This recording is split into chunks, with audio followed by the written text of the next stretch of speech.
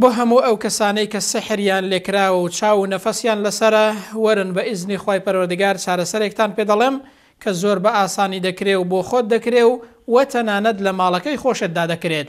باشترین عیلاج و چارەسەر بۆ حاڵەتی توشبوونی سحر و چاو و نەفەس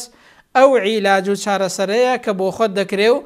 لە ماڵەکەی خۆتدا دەکرێ بە ئیزنی خوای پەروەردگار بە دوو ڕێگای ئاسان. یەکەم ئەوەیە کە ئینسان بگەڕێتەوە بۆ لای خوای پەروەردگار و هەر مخالفەیەکی شەرعی هەبێت دەستی لێ هەڵگرێت و وازی لێبێنێت لە نێوانی خۆی و خوای پەروەردگاردا تەوبەیەکی ڕاست و دروست بکە بەدڵ بگەڕێەوە بۆ لای خوای پەروەردگار. ئەگەر تەنانەت گوناهێکی گچکەش بێ بە کەمی مەزانە و وازی لێبێنە و دەستی لێ هەڵگرێ و بگەڕێەوە بۆ لای خوای پەروەردگار. بە تایبەتی بە نسبەتی پیاوانەوە ئەگەر جگەرە کێشانیان هەبێ کە حاڵەتێکی زۆر خەتەرە بۆ توشبوونی سحر و هەروەها داخیلبوونی جن واز لە جگەرە و لە هەر مخالفەیەکی شەرعی بێنەکە هەتە بەدڵ بگەڕێەوە بۆ لای خوای پەروەردگار. بە نسبەت ئافرەتان ئەگەر برۆکردنێک بێ ئەگەر حەسادەتێک بێ لە دڵ و دەروونتدا هەیە کە حاڵەتێکی زۆر خراپە بۆ ئەو شتانە وازی لێبێنە و دەست هەڵگرە لە هەر مخالفەیەکی شەرعی و هەر گوناه و تاوانێک کە هەتە لە نێوانی خۆت و خوای پەروەردگاردا تەوبە بکە و بەدڵ بگەڕێەوە بۆ لای خوای پەروەردگار و دەست هەڵبگرە لە هەر ناشەرعی و مخالفەیەک کە هاتە بەدڵ بگەڕێەوە بۆ لای خوای پەروەردگاری خۆت. خاڵی دووەم دابنیشە بەدڵ ڕوو بکە خوای پەروەردگار ئەو چەند شتانە بخوێنە. چەند سەڵاواتێک بدە لەسەر پێغەمبەر صلی الله عليه وسلم. تەبعاً یەکەمین شت حەمد و سەنای خوای پەروەردگار بکە، دواتر چەند سەڵاواتێک لەسەر پێغەمبەر بدە صلی الله عليه وسلم، تەوەکولت لەسەر خوای پەروەردگار هەبێ، سیقە و متمانەت بە خوای پەروەردگار هەبێ، بگەڕێەوە بۆ لای خوای پەروەردگار، گومانی چاکت بە خوای پەروەردگار هەبێت و یەقینت هەبێ کە شیفا لە لای خوای پەروەردگارە. بەخوا بچێ لای هەر کەسێک، بچێ لای هەر دکتۆرێک، هەرچی عیلاجی دنیا هەیە بەکاری بێنی ئیلا شیفا لە لای خوای پەروەردگارە. بۆیە دەبێ لەگەڵ ئەوەدا کە چارەسەرەکان بەکاردێنی بەڵام دڵت بە خوای پەروەردگارەوە پەیوەست بێ و یەقینت هەبێ کە شیفا تەنها لە لای خوای پەروەردگارە و ئەنجا داوای شیفاش تەنها لە خوای پەروەردگار بکە و ئەو چەند شتانە بخوێنە. دوای سەڵاواتدان لەسەر پێغەمبەر صلی الله عليه وسلم 7 جار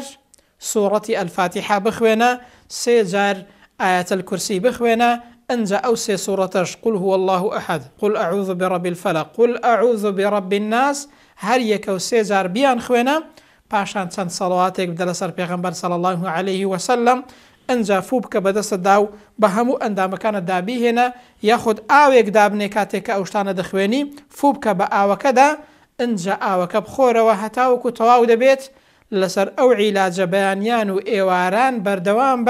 بە ئیزنی خوای پەروەردگار سحرەکەت بەتاڵ دەبێتەوە و کاریگەری ئەو چاوزارە بەسەرتەوە نامێنێت. ئەنجا تەبعاً ئینسان دەیە بەردەوام بێ لەسەر ئەو حاڵەتەی کە باسمان کرد، خوێندنی ئاو چەند شتانە بەیانیان و بەتایبەتی ئێواران ئەگەر لەسەر ئاوێک دەیخوێنی هەتاوەکو ئاوەکە تەواو دەبێت، بەیانیان و ئێواران بەتایبەتی بیخۆوە، هەموو کاتێک بیخۆرەوە، ئەو دوعایانە بخوێنە، ئەو زیکرانە بخوێنە، ئەوەی کە باسمان کرد ئەوانە بخوێنە، ئەنجا لە سەریشی بەردەوام بە ئەگەر تەنانەت پێشی تێکچی هەر بەردەوام بە وازمێنە، ئەنجا لە بیرت نەچی لە هەمووی گرنگتر دوعای بەیانیان و ئێواران، زیکری بەیانیان و ئێواران لەسەری بەردەوام بە وازی لێمێنە. پێش ئەوەی کە بخەوی دوعا و زیکرەکانت جوان بخوێنە، لەسەر ئەو دووشتە بەردەوام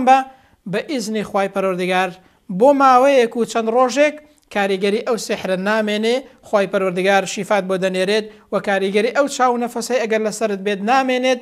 بە ئیزنی خوای پەروەردگار دوای ماوەیە کاریگەری نامێنێت و خوای پەروەردگار شیفات بۆ دەنێرێت. هەر نەخۆشی و ناڕەحەتی و دەرد و بەڵام موسیبەتێکت توش بوو نائومێد مەبە و ئەو شتانە بخوێنە.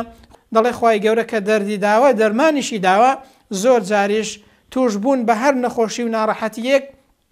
بۆ ئەوەیە کە ئێمە چاکتر بگەڕێنەوە بەلای خوای پەروەردگار و دڵمان بە خوای پەروەردگارەوە پەیوەستکەین و ئەو ڕێگا شەرعیانە بەکاربێنین کە خوای پەروەردگار بۆی باس کردوین و پێغەمبەر صلی الله عليه وسلم بۆی باس کردوین. خوای پەروەردگار هەموو لایەک پارێزراوکە لە هەر دەرد و بەڵا و موسیبەتێک کە تووشی هەر مسلمانێک دەبێت. خوای پەروەردگار هەموو لایەک پارێزراوکە و عاقبەت خێر و سەرفرازی دنیا و قیامەتمان کات. وەسەلام عەلەیکم